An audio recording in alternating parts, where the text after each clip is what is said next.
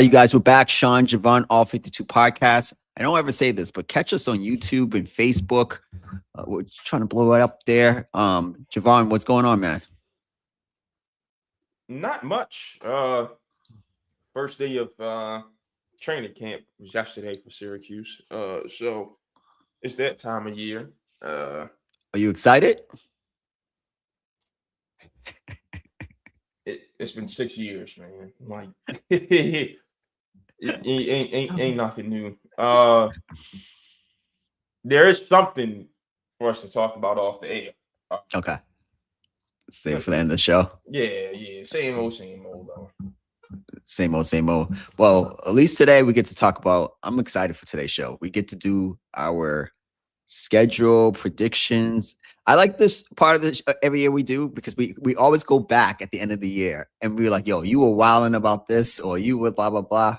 And so let's see how that goes this year. I think just off the first two divisions, I think it's kind of clear who's the best and who's the best, but I can't wait to do the rest of the divisions going forward. Absolutely. Before we get to that, though, we got some transactions and lack of transactions, too, to start with. The first one, Baker Mayfield and the Tampa Bay Buccaneers are pretty far apart on an extension. Apparently, they offered him 2 years at $50 a season, and that wasn't enough for him. He wants more than 2 years on the deal. What should a Baker Mayfield extension look like? All right, so I'm gonna pull it up at the same time. So if I'm looking off, I'm pulling up something. I was going to do this before the show. So I would say this. Before I do that, if that's your franchise quarterback, he's 31 years old. This like you can't go by what people say. You got to go by their actions. My mom told me this a long time ago, and it's so true. If I offer my franchise quarterback at 31 years old a 2-year deal, I don't think he's a franchise quarterback. And that's why I think Tampa Bay is basically saying to you, we don't trust in you enough to give you the 4 or 5 year deal at $50+ million a year. So that's let's get that off the books. This is a prove year for Baker. Either he's going to prove it so he'll get paid somewhere else, or Tampa's going to be like, let's stamp him and let's build around this guy. So that's one. But if I'm Baker, what did Trevor Lawrence get? What did Tua Tagovailoa get? What did my boy Jordan Love get? I think I'm in line. In that whole. I think Baker's a top 12 quarterback in the NFL. I think he's better. Would I take him over Tua? Absolutely. Would I take him over Deshaun Watson? Absolutely. I know Deshaun got paid for potential off of that 1 year in Houston, so I know it's not the same. But I'm just saying people who get paid more than him. Do I think I'm just as comparable as Jordan Love? Yep. And am I just as good as Trevor Lawrence? Yep. So I want that type of money. And if I can't get that type of deal, it shows me what you think about me. Especially, it's a slap in the face to offer your franchise quarterback a 2-year deal. Javon, you've been watching sports just as much as long as me. You never give your franchise quarterback a 2-year deal. That's a prove it type of deal. That's what Sam Darnold got in Seattle. He proved it. Now he's their guy. I just think it was a slap in the face, but I want to get paid just as much as those guys. So I got a few places I want to go with this one. I just want to double check something before I yeah, I'm gonna look up the contracts. Get into it. So Baker Mayfield is entering his age 31 season. He is a guy who he takes some hits. Very aggressive style of play at the quarterback position. Wants to win. We know that. But at the same time, we know Baker has he can lose you some games. Yeah. So with that being the case, your contract ends at the end of this season and you become unrestricted free agent. You don't want to take that deal. I can franchise tag you. Yep. and you're not going to sit out because you just mentioned Deshaun Watson. We just saw what missing that much football does to you with him. Mhm. And then I can just let you go after that. Because if you sign this 2-year extension, you'll be 33 at the end of it. And then we can talk about, like, I'm not giving you any more than a 2-year deal again after that. It's not everyone's Brady, not everyone's Rodgers playing into their 40s and stuff. And he's a guy whose shoulder could easily start breaking down on him. So I'm not mad at Tampa Bay's position on this. And we're going to talk about this a little more. I'm so sick of hearing the market. The market dictates the value. That's what dumb front offices go by. Mm-hmm. When you let players and agents bully you into the market value, those are the franchises that don't win Super Bowls. Mm-hmm. And I hate it because it has encouraged a culture of pocket watching. Hey, how I grew up. What's in your wallet is in your wallet. What's in my wallet is in my wallet. Mm-hmm. Oh man, Tua got this much. I need to get. Nah, the Dolphins are dumb to pay him that money. Yes, so just because you're better than him don't mean I'm supposed to follow their footsteps and pay you more than that. No, he ain't worth that much. And you probably ain't worth that much. You're worth more than him, but not that number. So you can go ahead with that pocket watch and stuff. Wonder why Belichick got 6 of them things in New England? That mentality right there. Yeah.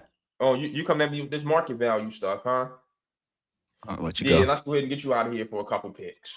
Yeah. And spend that money on somebody who can contribute and not ask for as much as what you're asking for. And we can allocate those resources elsewhere. He also had Brady, though. That helps. Okay. I'm just reminding you. That helps. But come on now. How long did they had a good little drop? Like that's not that Patriots dynasty is a 2-part thing or a 3-part thing. Win early, nothing in the middle. Win late. Well, I just pulled up this list though. Can we just go through this list really quick and say, I didn't say what you mean by pocket watch. I believe in that. But when your numbers are so prolific and so public in the NFL, people are just going to be like, hey, he got this. I need to get this. I do agree with you with this. And we're going to talk about your boy Zay Flowers. Some owners got to start correcting this because not everybody is equal. Just because you're the next guy up doesn't mean you should set the precedent. Exactly. Yeah. So, because there's a wild world where Zay Flowers is making more money than Justin Jefferson. That doesn't make sense to me.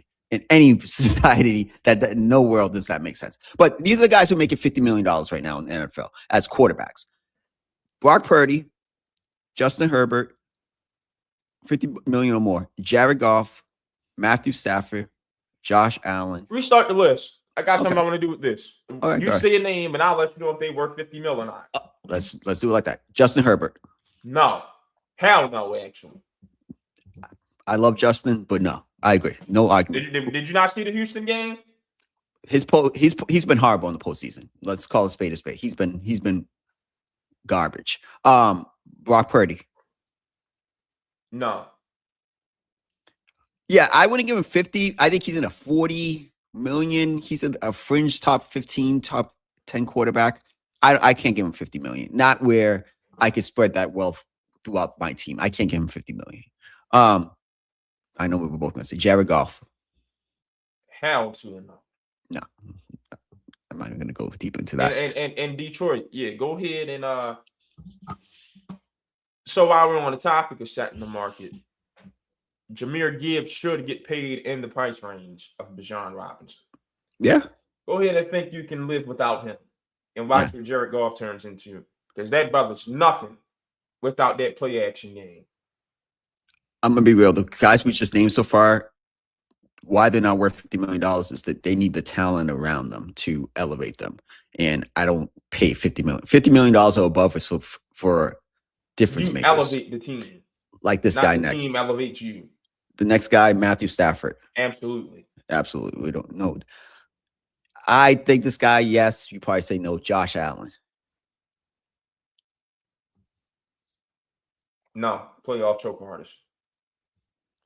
Right. Little less than 50, not 50. So you know he's the face of the league, right? Faces of leagues have championships. This is still Patrick Mahomes, NFL. Y'all need to stop the disrespect. Okay. All right. Whatever. Joe Burrow. No, can't stay healthy. Okay. Trevor Lawrence. Hell no. Okay. Jordan Love. Oh, hell no. Dak Prescott. No. And Patrick Mahomes. Of course. It's his league. Okay. So you only 2 out of the 10 guys who are making 50 million more. That's the only people you say should be in the $50 million range. Let you know where the owners are, how dumb they are, and how they let these agents manipulate them. So I agree with you in Tampa putting a stamp and a stance on Baker as an organization. They're not trying to be what Miami was. I forgot to add to it, but he wasn't on the list actively because he's making pennies this year. But he's on the books for Miami, right? Ask Dolphins how they feel about setting the market. Yeah, so at Russell Wilson a couple years ago. So I agree. We got to start setting some barriers with these quarterbacks and wide receivers and corners. I said this years ago, by the way. You did. And it's getting out of hand because I was the guy, set the market. I'm not saying Baker needs to set the market, but if you give me that list and I'm Baker. You're his agent, that's supposed to be a negotiation. Of course. But Jordan Love, the Trevor front Lawrence. office, you have an obligation to your franchise. But we'll go elsewhere. I'm sorry. Like, I hate that question with these dumbass football fans. What else are you supposed to do? Who else you going to go get the pick and you figure it out? Like, you don't know what you're supposed to do because you ain't did nothing to like get yourself in that position. It's a hypothetical. Like, no, move on. Teams rebuild all the time. Matter of fact, I got you right here. The 49ers have been getting to the Super Bowl with Jimmy Garoppolo and Brock Purdy. Why? Because they're not overpaying anybody and they will just build around the quarterback and let that get them there. Who just won the Super Bowl, Sean? Seattle. Isn't that how they just won?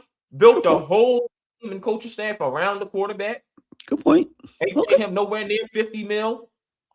Good point. It's almost like one player doesn't define a full 53-man roster. What a crazy idea. So is your thought process, because it did work with the Patriots as well, is to pay the quarterback a certain amount and spread the wealth? No, you pay whoever is good enough what they're worth. If they ain't worth it, you move them and get someone else in. Okay. All right. Like your Tampa, let's think about this. What else are they supposed to do? What else they're supposed to get? Didn't Tampa just miss the playoffs last year? Yeah, and Baker was the whole bad. NFC South 9-8, 8-9, 6-10 last year. Like you're no closer to you haven't gone to the conference championship with Baker yet. Matter of fact, Baker hasn't won 2 games in the same postseason yet. So what Mike Evans, the face of your franchise, is gone. So what is there to hold on to anyway? Yeah, you're right in this aspect. Do I think there's a ceiling on Baker? Absolutely. I think Baker, from a player's perspective, and yes, go get paid. But as an organization, if I was Tampa, I wouldn't give Baker a 4-year, $200 million contract. No. I just wouldn't do it. I don't think he's that good enough. And I do agree. We got to start the exclusive guys, Lamar, those guys need to be put into that type of list. Lamar, I'm surprised, but his deal is older, so he's not in the $50 million category yet. But my point is, and that's a whole another conversation. I do think that, yes, Tampa's doing the right thing because I think Baker is a good quarterback. He's not great. And I'm not putting, even though the cap is like $300 million now. So what is 50 million out of 300 million? But I digress. But if you're Tampa, why wouldn't you just move on from him and try to go get your quarterback in the next 2-3 drafts? Why be mediocre? Like, I love what Miami's doing. We're going to talk about Miami later. I'm going to be bad. I'm going to be bad so I can go get my guy. No disrespect to Malik Willis, but I'm going to be bad. We're going to talk about Miami in the next segment. Okay. All right. Miami next segment. So I'm going to be bad just so I can go get my quarterback. I think that's what Tampa should look at because I do think they have reached this ceiling, even with the head coach and the general manager. I think they need a whole clean slate from that era of the Tom Brady, Baker Mayfield, Bruce Arians ever. Yeah, that's what it is. The Arians era. Todd Bowles got to go. Yeah. Temple brother got to go. He got to go. He got to go. Let's call a spade a spade. So I think it's time for them, especially I do think the Panthers and the Saints on, I don't know what's going on here in Atlanta, but I think those two teams are going to be more on the upswing over the next few years. Definitely New Orleans. Sean, Zay Flowers, a Miami boy, just set the NFL record for guaranteed money by wide receiver. He's making $35 million a year average. I hate the contract. I'll just be upfront with it. Yeah, like I saw a lot of debate about this, and I text the group first. That's why I know we're good at what we do. When I saw the contract, I'm like, well, he's not a number one. To me, again, he's not a number one. Like, remember a couple years ago on the show, I was like, why is the fuss about Brandon Ayuk? He's not a number one. Like, that was just like taking money and just burning it on fire for the 49ers and whatever. I don't think he'll ever play in the league again, but that's another conversation for the day. But Zay is a good quarterback, but wide receiver. But at some point, if a big name comes available, what do we see on the show? Oh, the Ravens should go get him. So let's hold on. I got you right here. So I got an idiot brother who, like, I'm gonna talk to you like this. I love my brother to death. Of course. I've known him all 27 years in his life. When he became some genius, I have no clue. But like these last 2 years, out of nowhere, he's just some football genius in his mind. Yeah. I mean, we was arguing just 2 days ago. This brother had the nerve to think he knows more about contracts than me. I don't know where all this is coming from. We're arguing about the Zay Flowers extension. He's a good receiver. Oh, Lamar loves you. Can't pitch him off. Yo, it's about what he does for the team. Come on, man. Fumble? A lot? Catch with his body? Drop passes? He's 5'9". He's not a number one. He's not. But then, hold on. But watch this, Sean. I always talk about 2023. If you tell Joe Flacco he only got to score 18 points against Brady and Manning, he's getting jumped the night before because he knows he's going to the Super Bowl. Always bring that up. I mean, this is the brother who went to their houses in back-to-back weeks to get to his Super Bowl. And then knocked off Kaepernick, who was hot stuff at that time. Yep.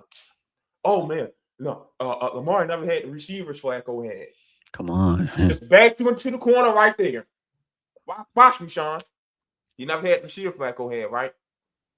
So why spend $35 million on this pipsqueak and prevent yourself from giving him a receiver like Flacco had? Because who's available next year, Sean? I don't know off the top of my head. George Pickens is available next year. Oh, yeah, George Pickens, yeah. And if Kyler Murray stinks it up, who's asking for a trade? Oh, Justin Jefferson, easily. Yeah. That's two actual number ones worth $35 million that you can get next year. Yeah, good point. But you're going to waste your money on the Flowers extension right now. When you could trade him, and whatever pick you get from that can be rerouted to Minnesota for Justin Jefferson. Good point. Or, like I said, Justin does not ask for the deal. The Cowboys are not extending Pickens. It's not a hypothetical. So when he hits the market, you have your money still available, plus some picks that you just got from trading Zay Flowers. And you have a true number one for Lamar. And we're talking about acquiescing and bowing down to the brother. Because these people, I'm telling you, Sean, I don't like the Ravens fans because they're not Ravens fans. They're Lamar fans. It's funny because my brother's a LeBron fan. So I guess this is what he thinks fandom is supposed to be. You just follow one man's nutsack around all day. I don't know. It's a 53-man roster. There's the Baltimore Ravens before Lamar Jackson with 2 Super Bowls. Trent Dilfer has one before Lamar Jackson. And there will be a Ravens after Lamar Jackson. The bastard hasn't won 2 games in the same postseason yet. Yep. He doesn't show up until halfway through the third quarter of them games. And that's another thing with this one. Oh, man. Yo, you ain't put on a helmet. You don't know. It ain't his fault that they losing. He not playing in the first half. So what? I said, bro, you said that, number one, you played at Aberdeen High School and played for 2 weeks at a D2. Relax. When you got NFL players saying that argument don't even work, I don't know who you think you are to be saying it. So just shut up. Just stop it. Yeah, I'm on that today. I'm gonna be honest with you. That's number one. And number two, I straight told him about all these coaches in my phone. If you were a recruit and I called them and told them you said that missing the first half of entire playoff games don't matter, your ass would never get an offer. Yeah, that's so wild. stop. That's wild. Like so. Anyways, we're talking about acquiescing to that. Sean, do you know that Lamar Jackson and Malik Willis's contracts expire at the same time? Oh, they do it? And that Lamar Jackson purposefully negotiated his contract to have a no-tag clause? I didn't know that. So in 2 years, oh, I never knew that. When he is pressed down his leg once again, and it's going to be 31. Lamar Jackson is, I want to say he's 30. I think he's 29 now. So in 2 years, when he'll be 31, and his hometown team has all the money in the world to go get him and whoever the hell else they want, on top of whatever draft picks they use in these next 2 years. What's to keep him from walking and going home? Wow, I didn't think about that. But that cap number is going to be crazy over the next 2 years. Okay, well, the Dolphins need something. Yeah, good point. You saw how they were willing to take themselves to hell over Tom Brady. Yeah. So why are we even bowing down to him like this? No, I don't care how much you like the guy. You stink in the playoffs. He's not a number one. We're not paying him. We will move him and get a real number one next year. Oh, but you know the Ravens ain't doing that. And you okay with accepting that from their front office. But you mad at me. You think because the front office is dumb, Zay Flowers is worth $35 million. What sense does that make? That makes no sense. I'm looking at the top list of paid wide receivers. Talk to me. Smith-Njigba. Now let's ask who. Name each one, and I'll tell you Zay Flowers is better than them. Okay, go. So Jackson Smith-Njigba. No. No. Jamar Chase. Hell no. This is another guy who shouldn't get paid, but with that type of money. Drake London is making $35 million. They're in the same range. Yeah, but not 35. 35 million. Not 35. They're in the same talent range, and they're not worth 35. Okay, then remember, we got Drake London got paid. I said Amon-Ra St. Brown needs to be looking at his agent with a smile on his face. Oh yeah, it doesn't make sense. George Pickens is going to get paid because I think he's better than London and Zay Flowers. Yeah, I got to be real. He's better than both of them. So Zay Flowers comes in next, and then we got Justin Jefferson after that, and then CD Lamb at $34 million. No. So I'm looking at the list. I agree. I have not an ad. I would have gone and get Pickens next summer and paid him that type of money. But Zay Flowers is a solid. Yo, I'd rather take T. Higgins over Zay Flowers. I gotta be honest. Like, but yeah, Higgins don't play. Like, he gets hurt all the time. So I agree. But I think that's just a receiver. Pickens and Higgins, I think, are worth. If you told me you giving them 32, 35, I can be okay with that. But I don't think Flowers is that special. I think he's a good receiver. But good number 2 on a championship team, not a number 1. I can't see it. Only people winning with 5'9" dudes as their top options are Brady and Mahomes. Yeah. And Lamar Jackson is proven he's neither one of them. But what do you think the thought process is to give him that type of money? Like, what? I don't get. You know the Ravens more than me. They finally drafted their own guy at receiver, and they feel great about it. So let's keep him here at whatever price. I look at a top receiver, just how I grew up and like even watch football, is a guy that you have to double team all the time. Yeah. And I think I could put my top corner on Zay in the postseason and still play and not have to put in safety help sometimes or double team or something. I really do. I'm not saying he's not a good receiver. He has the speed, all that stuff like that. It's as simple as this. Did he make plays against Kansas City? Absolutely. He could. But when you got into a squeeze and everyone's covered, could you just throw it up to him? That's what I'm saying. Yeah. No. That's what a number 1 receiver. Yes. Yeah. When the offensive line is just crumbling. Nobody else is getting open. Hell with it. Matt Stafford. I'm gonna just throw it up to Calvin Johnson. Yeah, I'm gonna get Matt that. Ryan, Yeah, I'm gonna just throw it up to Julio Jones. exactly. We're on the same page. We know number ones. He's not a number one. Even London. Maybe I'll give London a pass because of the situation in Atlanta, but I don't look at number one. I look at it as a really good number two, a high level number two, but not a number one. That number one, again, like we just talked about the quarterback. Someone's gonna have to reset the market and be like, no, you will let you go. Because I can't pay Zay Flowers $35 million and be talking about I'm serious about winning multiple Super Bowls. You Yeah, gotta win. you have no wiggle room to create a contender now. No, You're stuck where you are. yeah, like I just don't think that makes sense to me. I still don't get it how this makes sense overall. Like I would have been cool with 30, high 20s, 28, 27, but 35 million for a guy who's not a number one, I can't see it. And if I'm the Ravens, my thing would have been like, yo, listen, you're not better than CD, you're not better than Justin.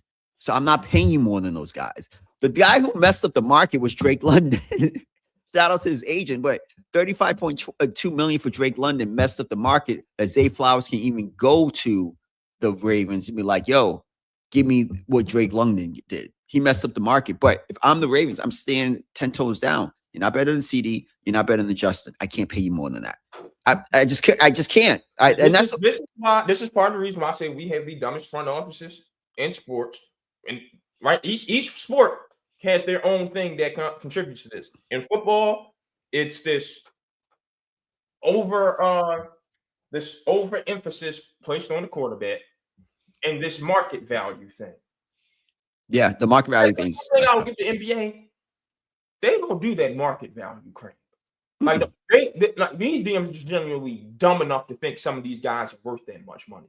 You texted the group chat yesterday, like the Lakers got fleeced because Dylan Brooks is a way better player than Austin Reeves, and he's making what, $13 million fewer annually? Oh, $25 million a year. So he's making 15 less per year than Austin Reeves. Like, no, that's just the Lakers dumb enough to think Austin Reeves is worth $40 million. Exactly. I'll take that. Ain't no market thing, though. Exactly. Shea Gilgeous got his Supermax. It wasn't a market thing. No. He's one of the most unstoppable guards in the league when he's not foul baiting. Mm-hmm. No, it's true. It's true. What the league's gonna have to do in the next collective bargaining agreement, because this is the problem with sports. It's good for the players and good for whatever.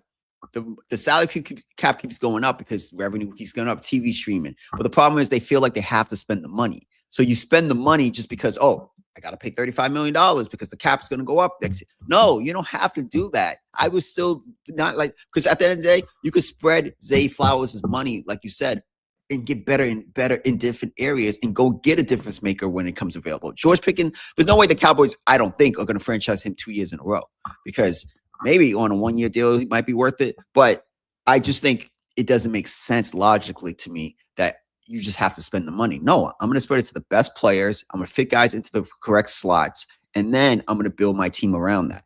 I just don't think Zay Flowers' ascension makes any sense. It didn't. I saw that. I'm like, he's not a number one. And if you're going to be paid top money like these quarterbacks too, you got to be a difference maker. If you ain't a difference maker, you got to fall in line. Simple as that. Simple as that. Let's take a trip further down 95 South. The Washington Commanders have signed hometown boy Stephon Diggs for the season. They're not going to get Ayuk. Deebo Samuel went back to San Francisco. So it's Terry McLaurin, Stephon Diggs, and the Devils. I don't know. Talk to you. I would just say this. I think at some point that try it this year, make it so you work. But you got to go find a young receiver, a couple young receivers, maybe to build around Daniels. I think Diggs had a solid year last year. He didn't really do much in the postseason, but no one on that offense really did much in that postseason, to be honest with you, to get to the Super Bowl. Matter of fact, I said the other day, that might be the worst Super Bowl team I've ever seen make a Super Bowl in the last 10 years. But that's not like the Patriots last year. I think that was not a great. Yeah. And when I did their schedule, we'll talk about it soon. It dictates what I feel about the Patriots run last year a little bit. So yeah, I think it's a good move, but it doesn't move the needle. And in the NFC East, just a little secret, I haven't done my schedule. probably picking the Commanders to come in last place. I just think the NFC East is tough, and I think Diggs is a solid player. The key for them is Daniels. He has to play. I mean, as of right now, Sean, we've picked 4 NFC East games. Technically, we've picked 4 per team.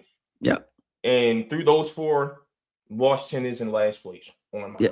So okay, all right, we're on the same page. All right, like so, I haven't gone through them yet, but just based off the talent and the roster, I think that the least.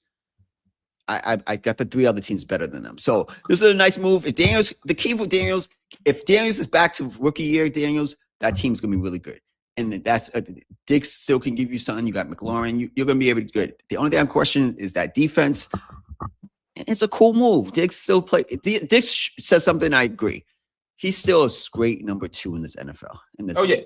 There's no question about it. And he shouldn't have gone this long without it.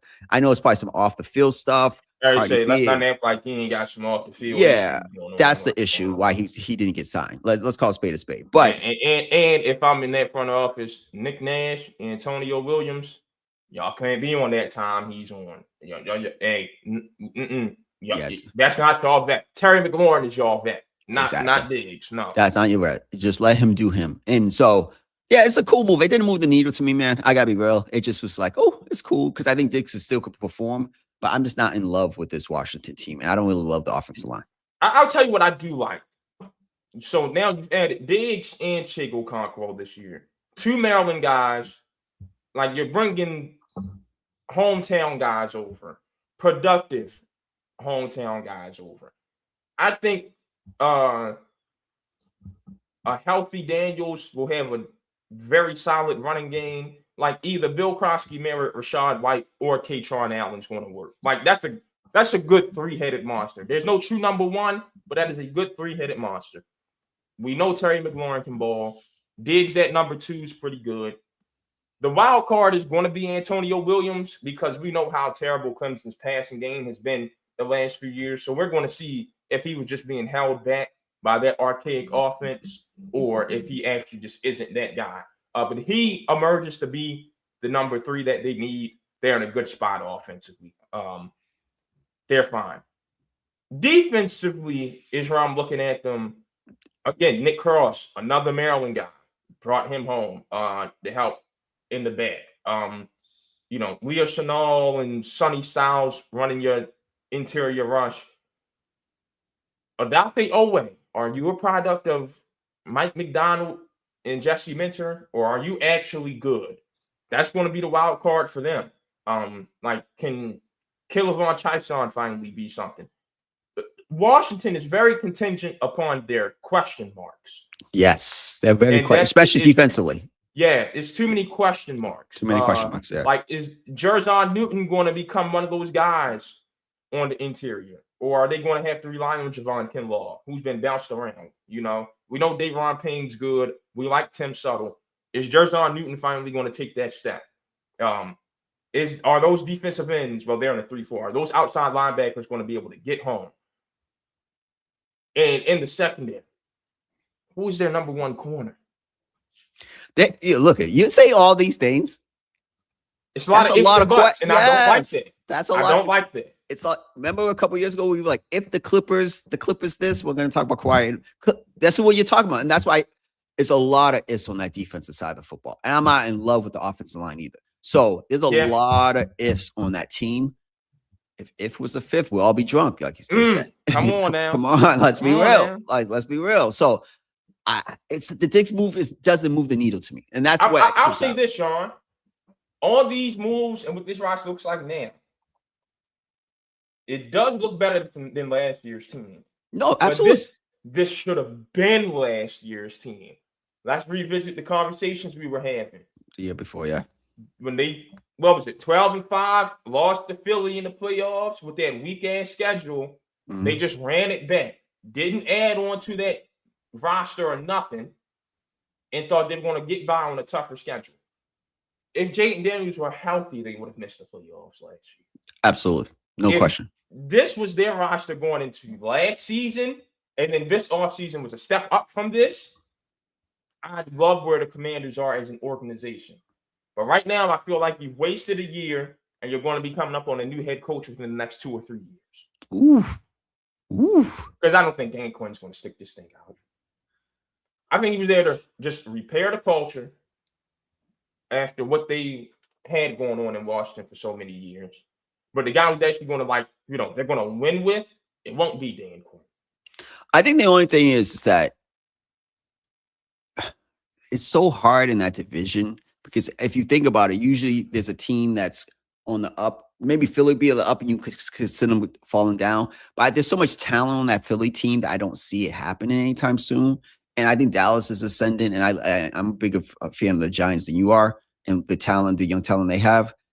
I just don't see they're the least talented by far out of those teams in the NFC East, right? And those teams are really I think they relatively young. can be better than the Giants because Jaden Daniels is better than Jackson Dart. And John Harbaugh is their head coach. My only question is this. First of all, I watched quarterbacks. I can't really vibe with Jamie Daniels' mom. I can't front. Like, maybe my mom will act that way too if I got much millions. My mom is a great personality, so I can't knock her, but she's a little annoying. But whatever. God bless her. But so hold on. I need details on this. I need specific instances. No, I feel like I'm getting this from AJ DeBance's dad too. Around too much. All right, yeah. I know you're the manager, you're the agent, but you don't need to be all in the pictures, all in the videos. Remember when Ship said that? You remember that? You remember that? Exactly. 94 Source Awards. Like, yeah, you don't need to be all in the videos. Like, I would tell my mom, yo, sit down. Like, come on. Like, when you get the birth. That problem with? Go ahead. It ain't AJ DeBance's dad. Who? It's SGA's dad. I can't stand that dude. And Jack Teague should have put his hands on him. I can't stand him. I saw him on one of these streamers park. Yeah, talking about we don't foul bait. Here's what happens. No, stop. Come on, man. He act like he's in the league. He's getting a little Ja Morant, Morant. Yeah, dad vibes. So that's just my thing. But back to them. I do agree with you. Jane Daniels in that division could be the best quarterback in that division. That's the key. Is Dak is probably the most talented or the most productive because I can't just go off 1 year. But Daniels has a chance to be the best quarterback in the division. That's where their ceiling rises, and that's where it goes. Yeah, I'm with you on that one. Let's see. Over to basketball. Sean, the Warriors are preparing for life after Stephen Curry. They haven't shown me that. Nah, they're running it back. But, yo, Javon, I was watching some podcasts. I was reading some things. That team might have over $100 million in salary cap space next season. So who comes off the books? Draymond, Steph is a free agent. Porzingis contract that's $60 million right there. That's yeah. So let's bring that down to $40 million. What do you mean? I'm saying you said they can have $100 million free. Yep. That's not counting Steph's contract, right? No, not counting Steph's contract. Right. But so he'll come back at 60 a year. So let's make that 40 million that they'll have. So 40 million. So Draymond gone. Hold on. And they're talking about giving Podziemski 20 to 25 a year. So let's bring that down to 15 to 20. No, and that's the thing. We talk about smart organizations. They're not. They're dumb enough to do it. So I'm even telling Steph, listen, I want clear books if I'm the Warriors because we can re-sign Steph because at the end of the Steph will have 2 more years at a high level if he wants to win. I'm looking at it this way. I'll tell Steph I'm not signing anyone. We're gonna be a clean cap sheet because remember Nikola Jokic. Me and you have said it. It's really sneaky. He hasn't signed an extension yet. Nikola Jokic will be a free agent next season or have the player option. I think the Nuggets think it's sweet. But when they trade Peyton Watson, say it one more time, Sean. Yeah, this morning. They think it's sweet. Come on, Doc. They think it's sweet, and I'm watching. I'm like, they haven't improved their team. They're talking about trading Peyton Watson. If I'm Jokic, I'm looking around like, and you can tell his money doesn't drive him like that. So it doesn't drive him. So why? He's chilling. So I'm thinking, yo, you haven't made your team better.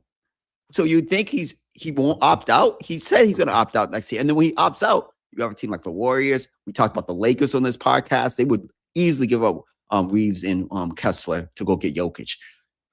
It's just, if I'm the Warriors, Steph, listen, give us a year. Let's figure this out. Let's run it back. We have $100 million in cap space. We'll figure it out.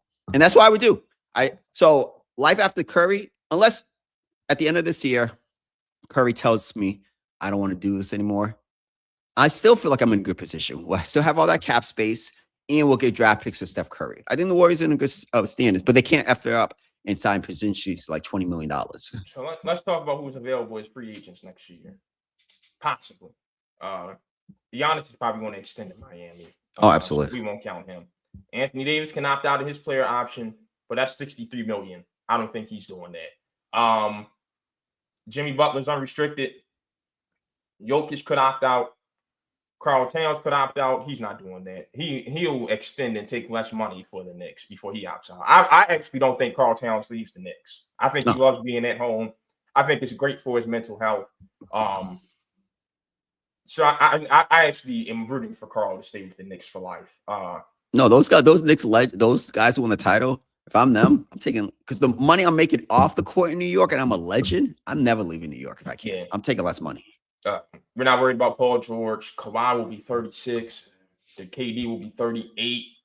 Player option at 46 mil. He probably opts in. Levine will be unrestricted. And Brandon Ingram's not opting out of 42 million. Kyrie, Rudy Gobert. The one I'm really locked in on, Michael Porter Jr. and Jalen Green are going to be free. And Tyler Hero. No, Javon, you're missing the point. Remember, free agency is dead. It's about the trade market. The guy in Minnesota, when he loses in the first or second round this year again, and he's 2 years away from free agency, Minnesota's gonna have to look deep in the mirror and be like, and Ant's gonna have to like, can I win here? And it's easy to trade 4 first-round picks that we have and all the cap space to put him into my cap space on the Warriors. Atlanta too. You know the Hawks are. You know his agency, his representation is going to try to force him to Atlanta. Oh, and Atlanta set up perfectly. You got to be. We're smart people. You got to look at the tree leaves. Atlanta's setting up. They have all these aspiring contracts, and they're going to have the cap space. And they are that guy away from. With Jalen Johnson, Anthony Edwards here in Atlanta, it'll finally be the town that I think it could potentially be basketball wise. But yeah, they're setting it up. So let's see what happens. But if I'm the Warriors and all these other teams, Boston, because Paul George might opt out, even though he shouldn't. All those teams can have more cap space. Be sneaky, but Atlanta is the number 1 team if I'm Edwards. So let's look at the Warriors cap table. The only people scheduled to be back on their books next year: Porzingis at 20.5, Moody at 13.5, Horford at 7, Lindborg at 6.5. DeAnthony Melton at 5 3/4, Gui Santos at 5 flat, and Will Richard on a contract that's not guaranteed at 2.5. Those should be the only people back. Like, those should be the only people on your roster. Porzingis is going to opt into that, and I'm fine with that because him and Steph actually work pretty well together. But yeah, Jimmy, you can go. Draymond. Yeah, listen, you ain't coming back for more than $10 million, and that's only because you Steph's homeboy. I think he retires after the next season. Podziemski, you're getting traded. You know. Or he goes to Philly to play with LeBron. My bad. Keep going. Yeah. But and then you go big fish hunting. And Klay Thompson, we know you want to finish your career as a Warrior. Come sign a minimum deal. The big three can go out together, but it won't be your team anymore. It'll still be Steph's team, but whoever we bring in, it's their team. Oh, and by the way, Draymond, you're coming off the bench. Yax Lindborg's the starting power forward. Yeah. I don't disagree with you. I think the Warriors and the Hawks are in the prime positions to get the next superstar because there's going to be another superstar. I think Anthony Edwards is the guy everybody's looking at next. But who or do Jokic. the Warriors have to offer for him? Well, it's literally just Lindborg and picks. They have nothing else to offer. I think that's an enticing package. Yeah, you have to do Lindborg and a bunch of draft picks. And Moody. You got to do Moody, Lindborg, and a bunch of draft picks. If I'm Minnesota, Porzingis, Porzingis, excuse me. Porzingis is an expiring deal. That's fine. Podziemski should not be on their books by then. Is my whole thing. So I'm not even counting him. So Porzingis on an expiring deal, Moody, Lindborg, and picks. Do I want that? Or let's see, when the Hawks bring Kuminga back, because that's where he's going to end up. Do I want him, the young defender Dyson Daniels is, with the potential to, I don't want to say potential to add a jump shot, but whatever. Nickeil Alexander-Walker back, Aaron Wiggins, Kingston Flemings, Asa Noel, I think is going to be good. Like they got pieces to offer. Yeah, I think that it would have to be around picks because they have all their picks, and Flemings will have to be in the deal. And obviously. Flemings is there, Ryan Embard is there. We'll see if my boy Hank Vsar can become something. Like, and the Hawks just have way more to offer. I'm sorry. No, I agree. No. And Atlanta would, if I'm Ant-Man, I want to be the guy who brings the title to my city. I'm already a legend here. They love Ant here. Imagine you, the guy who brings Atlanta Hawks basketball to that level. He has the personality, everything at the crib. It makes sense for it. Ant's going to be an Atlanta Hawk at some point. I'm going to say right now. I think with the next 2 years, he'll be an Atlanta Hawk. And they've built in a really solid organization. I give them credit. And they'll have the picks they have the Flemings, and they'll have the picks, and they'll have the freaking the assets that they can add Dort to the contract, Wiggins to the contract, to the deal. They can Flemings.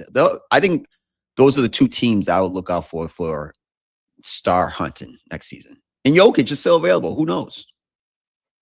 So the Raptors are refusing to complete the Kawhi Leonard trade until we get to some type of resolution on this. Smart by Toronto, by the way, because if consequences are attached to him to where he's not playing, I don't even know how many games he's missing. I'm thinking he's suspended for the whole season. Yeah. And I saw something. I hope Silver ain't this spineless. Apparently, it's about finding a punishment that Steve Ballmer will accept. What you mean that he'll accept? You bought into my league. You play by my rules. The only thing, Javon, that money's different over there. So they're afraid of litigation because Steve ain't. That money could go. He can go. He can do this for a long time with the league, with fighting the league with this, because his money is probably all the owner's money combined. He's different. That money's different for him. So I think that's why they're like tiptoeing around, like, hey, maybe you got to kind of play like grow a pair. I get what you're saying, but grow a pair. I get what you're saying, but the money's different. I think he has $110 billion. Like he can do this for a long time. Be like, yo, listen, you want to keep going? Let's keep going. Let's go to federal court. It's going to cost. I'm gonna be honest with you. While Steve Ballmer still has his wits to him, I would love a beat writing job for the Clippers, where I could get close enough to him to be like, hey, Steve, you got $110 billion. Listen, this little $100K in student loans is chump change to you.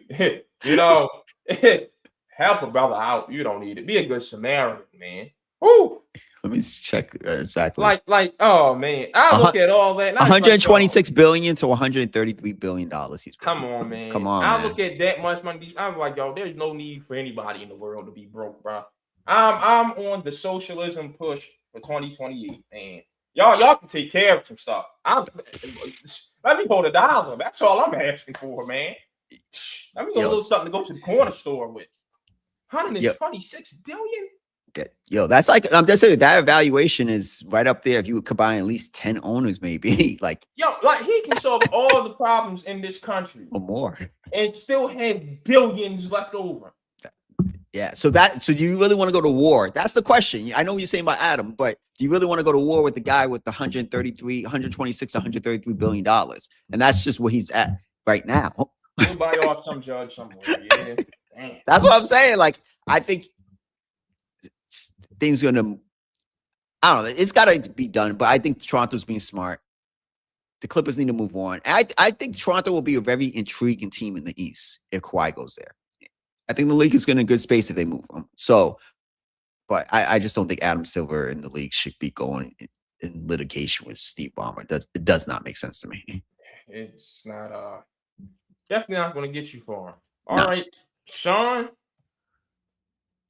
It's your favorite time of the year. All right, so first, we always start with the division of the defending champions. So the NFC West is where we're starting with Seattle. I think everybody's favorites. I don't know. The Rams, San Francisco, and the Arizona Cardinals. So Javon, you do it first. You pick who you have, schedule, break it down team by team. Thoughts. Well, you got to do the Cardinals like that, man. That team is Oh yeah, Hall of Fame games tonight. It's Thursday already. Carson Beck and the Cardinals against Kenny Two Gloves and the Panthers. and that's the exact reason Carson Beck is going to be starting games that I made that face about the Cardinals this year. That's enough. That you just saying that should have answered your question. No, I know why you did the Cardinals like that because I got to finishing last. All right, so that's no secret at all. The Los Angeles Rams are going to win the NFC West. I got them at 14-3. Only game they lose in the division is 1 to Seattle. That's it. Ooh. Right? No, excuse me. I'm wrong. I have them sweeping the Seahawks. The one loss comes to San Fran because McVay and Shanahan they know each other. Excuse me. So 14-3. Those 3 losses come to Denver, week 3 in Denver, Sunday Night Football. I have that. Yep. And the week after, the NFL's got to stop screwing the Rams over on this. They go to Philly for a 1:00 game. How that's not America's game of the week blows my mind. They did the same thing to the Rams last year. So it must be some game on CBS that week. I think it's going to be Denver at San Francisco. That's going to get Jim Nantz and whoever the hell his new broadcast partner is. Tony Romo, jackass of the month. So yeah. For those get a driver. You that rich? Get a driver. Come on, man. You that rich? Come on. So yeah, their 3 losses are Denver, Sunday Night Football at Mile High, week 4. At Philly, 1:00 game, week 5. Week 3 and week 4. And then when they go to San Fran late in the season, that's their 3rd loss. It's coming off of an awkward part in their schedule. They get a bye week, and then they play Green Bay the day before Thanksgiving. Then the next week they play the Chiefs on a Thursday night. And then they go to San Fran for a normal Sunday afternoon game. I think they're going to lose that 49ers game. So 14-3 for the Rams, first place in the division. I'm surprised you have them sweeping Seattle. I have them splitting Seattle and San Francisco. They gave the Seahawks fits last year. And without Kubiak, it's going to be worse. Okay. Well, I got them going 13-4. I think they're the best team in the league. I have them splitting with San Francisco and the 49ers, sweeping the Cardinals. I have them losing to the Eagles, and I have them losing to the Broncos. So that's where their 4 losses come to. So I want them to not lose to the Eagles because I want to see some grit go on the road on a tough like that type of schedule and win a game like that. But it's too much talent on that team, and they improved what their weakness was the defensive back. They got better. And Aaron Donald might come back as a luxury. Come on, man. It's set up for them to dominate that division. By the way, I gotta find a game for Denver to lose. Because so far, I got them 8-0. I'm gonna be honest with you. That's why. Yeah, you saying the Aaron Donald thing, I'll make a change right here. I'll make the change. I'm gonna keep them at 14-3. Because I gotta give Denver a loss somewhere. I'll give them the win against Denver. And I'll let them just lose to Seattle one of these games. And like you said, Sean McVay, know what it is? You know what? Last game of the season, because they won't be playing for anything. They'll lose to Seattle. Okay, that makes sense. And Seattle will be playing for something, at least to me, at that point to get in. And I think, man, Mike McDonald has gotten the Bill Belichick treatment from me now. Like, just based off who he is as a head coach, and the style of play, their defenses. Even though they lost some key members on that defense. They still have a lot of key pieces, though. I looked at their roster and I was making this like they didn't lose as much as I thought they did. Yeah, I thought, that's good. Like, their biggest loss is still by far Clint Kubiak. Yeah. I think defensively they're going to still be special. And as long as he's the head coach, I cannot see them not being a top 10 defense. So that's going to be they're going to win some games against their division opponents just because defensively they're going to be. I don't think Donald's as good as he is this year because I think Clint Kubiak is a genius.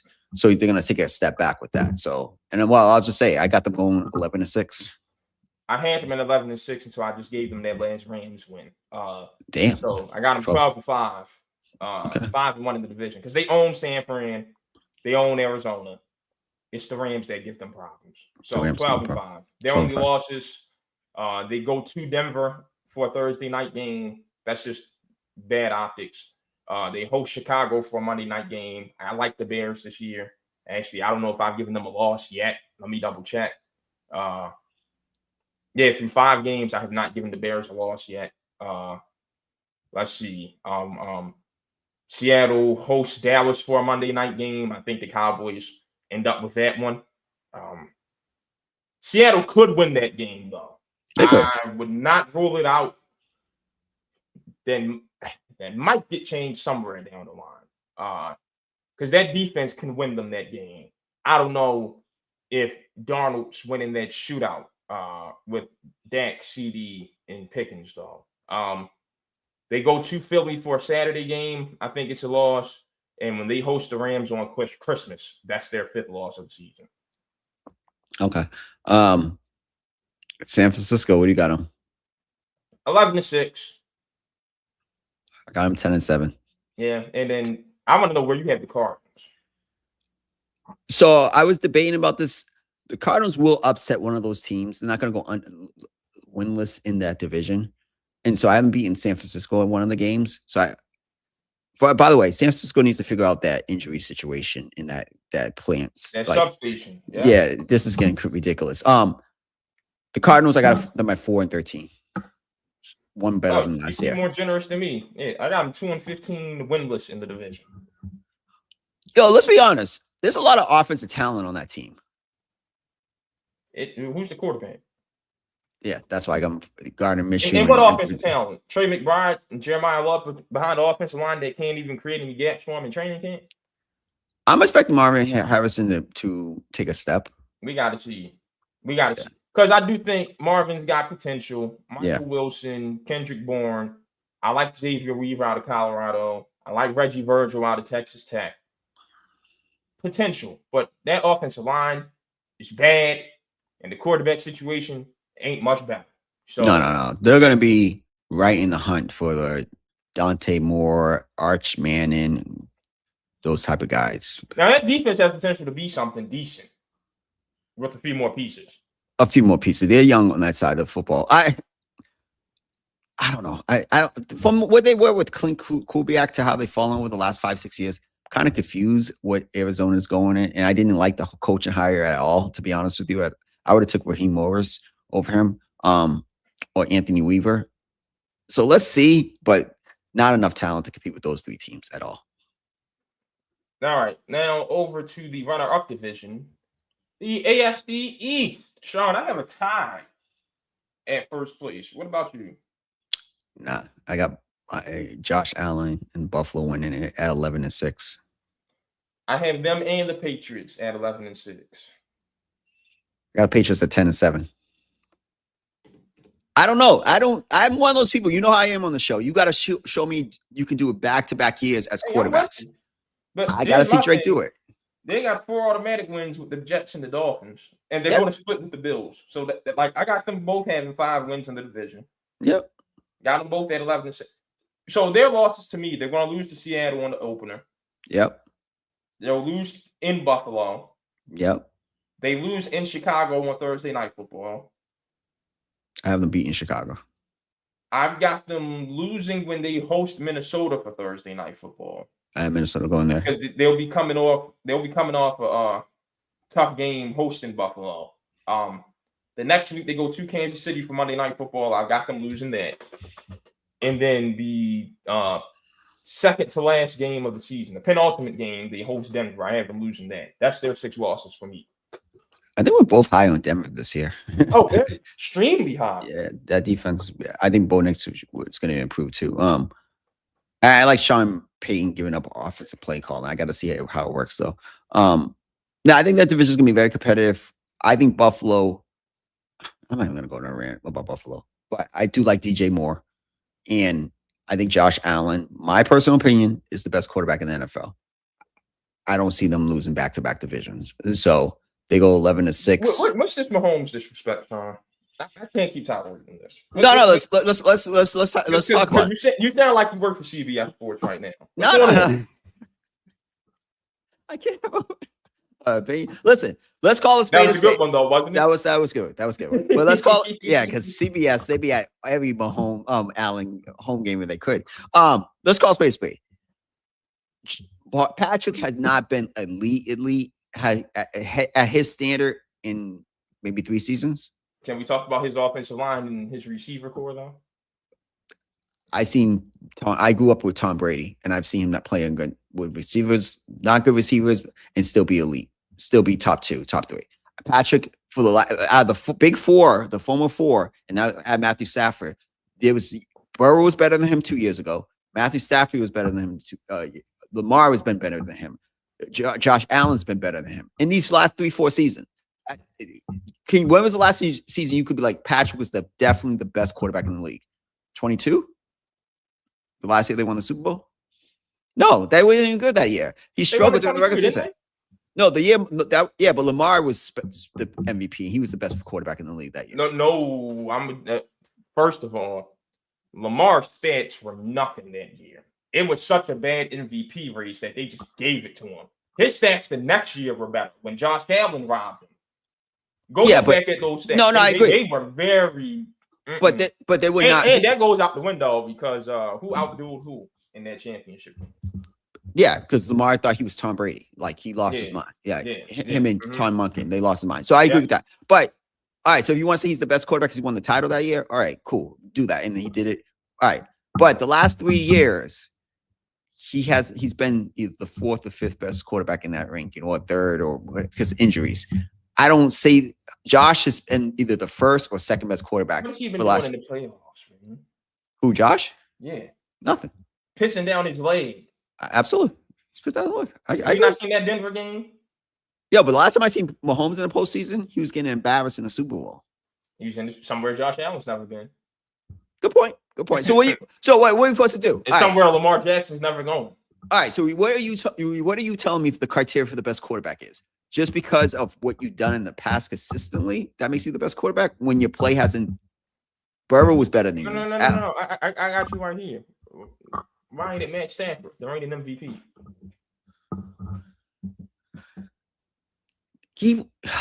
I want a good reason. All right, I'm trying to get my word. I hear you thinking of all, man. How can I defend Josh right now? No. I want a damn good reason. Matthew has not been in the top. We didn't have him for the last 3-4 years. It's been the big 4. And Matthew had a really good dominant year last year. But Matthew hasn't been dominant like that. He's been hurt for the last 2-3 years, some of the time too. So come on. And cooking. But he's been hurt too. He's been hurt.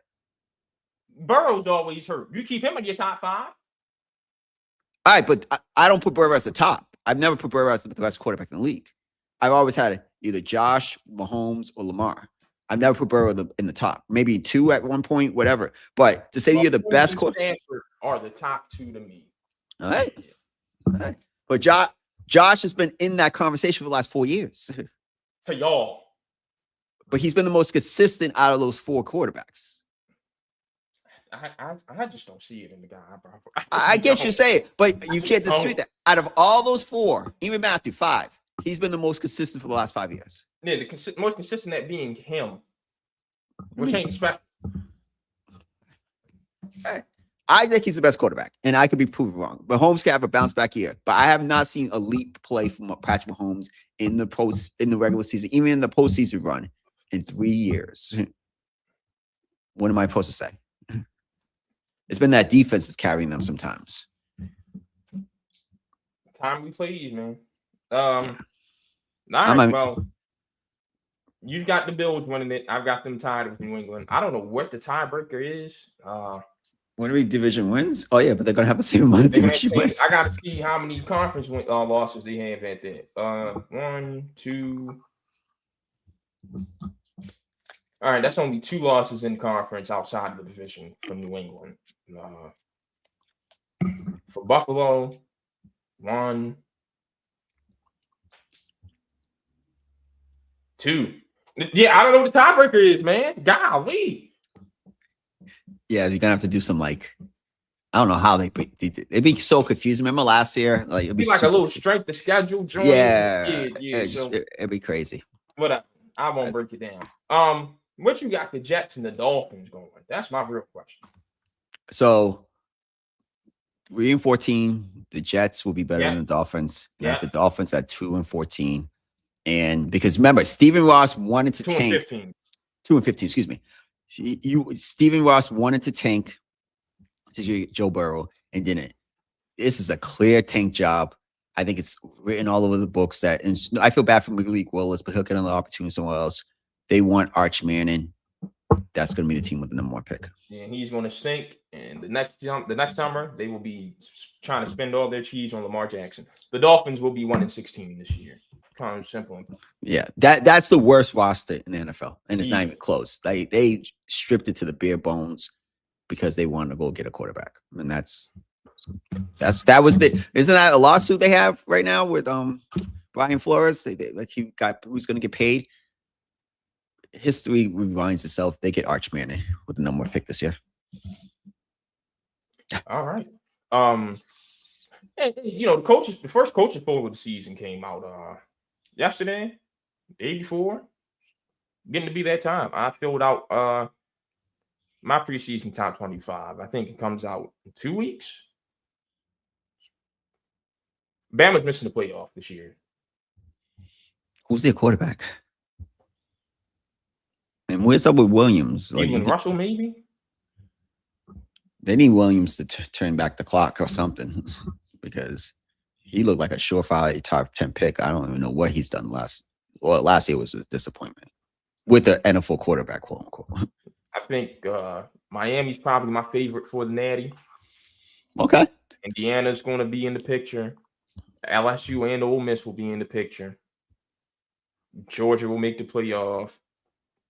Texas roster's too good to miss the playoff.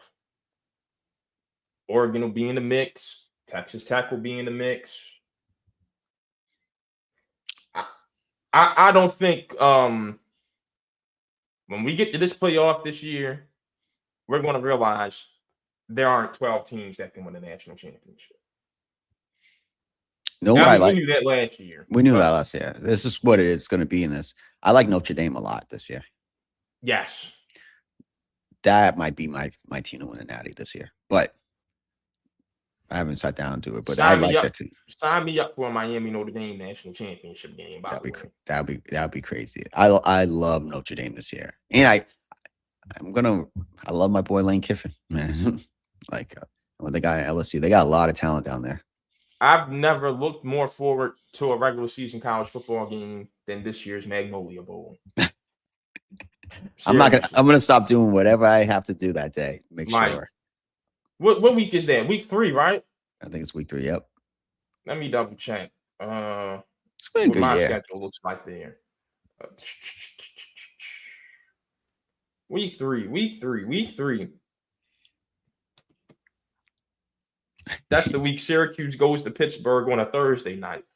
Oh, I'm going to be in this house. Oh boy, yes. That's good. God's looking out for you. It's gonna be a crazy game. But yeah, I think this year, let's be real. I don't think there's a clear-cut national champion. Ohio State might be in the picture as well. They will be in the picture. What am I talking about? They're bringing the quarterback back, the receiver back. Defensively, they're always gonna be good. But I think it's gonna be wide open this year. I don't think it's a clear-cut national championship favorite. This is going to be a fun season. Oh yeah, it's gonna be special. It'd be even funner if these conferences were right. But whatever. Because in a dream world, Sean, we could have Miami as an ACC champion. We could have Ole Miss and LSU determining the winner of that division, with the winner playing Georgia in the SEC championship. Crazy. In a perfect world, we could have a Notre Dame versus the winner of Indiana and Ohio State Big Ten championship game. In a perfect world, we could have Oklahoma and Texas rematch of the Red River Shootout. Actually, excuse me. Whoever comes out of that division of Texas Tech, Texas, and Texas A&M against Oklahoma in a Big 12 championship game would be cinema. BYU, USC, and Utah competing to play Oregon in the Pac-12 title game. We could have had something special. Definitely and we had special. to ruin college football. Yeah, damn. Now when you break it down like that, that would have been special. That would You have see been what I crazy. mean? Yeah, we that could would have have had been a crazy. real special year. Damn, that might be crazy. So when they come out with the coaches poll or the preseason poll, is it already out? The coaches poll is already out. Ours comes out in about 2 weeks. Now I'm thinking off the top of my head, but this skin, don't hold me to it till we have predictions. I might pick Texas versus Notre Dame. That might be my natty. Yeah, when our poll comes out, we'll talk. Yeah, about yeah, we'll talk. I gotta break it. I haven't break it down Yeah. yet, but that might be my. I'm thinking while we're talking, I'm like, damn, I actually like both of those teams a lot this year. So let's see. All right. Well, you got anything else?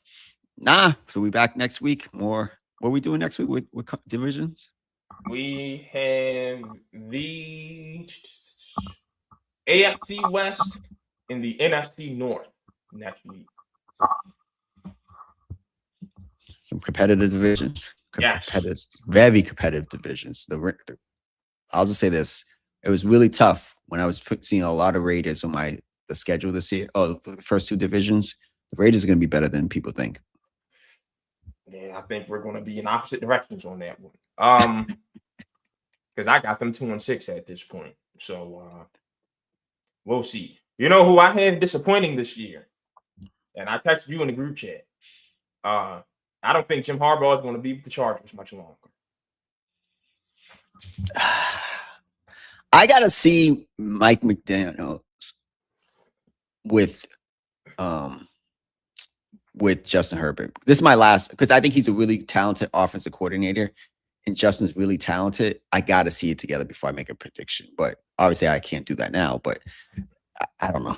I'm unsure about the Chargers, to be honest with you. Them in Kansas City. I don't think they're going to stink. I just don't think it's going to be a great season. So the only team in that division you're very confident in is Denver. It looks like I've got some confidence, a little bit of confidence, not a lot, but a little bit. They at least fight for a wild card in the Chiefs. Because Mahomes is cleared for camp. And when we get to the AFC South, Daniel Jones has been cleared for camp for the Colts. Just worry about their cornerback position for Kansas City, but they did get the kid from LSU. And so. as long as Spagnuolo's there, I'm fine. Yeah. And Yeah. Toward the lane, and they brought L'Jarius Sneed back. They'll be fine with Spagnuolo. Yeah, good point. Great point. Well, I haven't done that division yet, so I'm going to break those two divisions down. All right. Well, we out of here. All right, we out.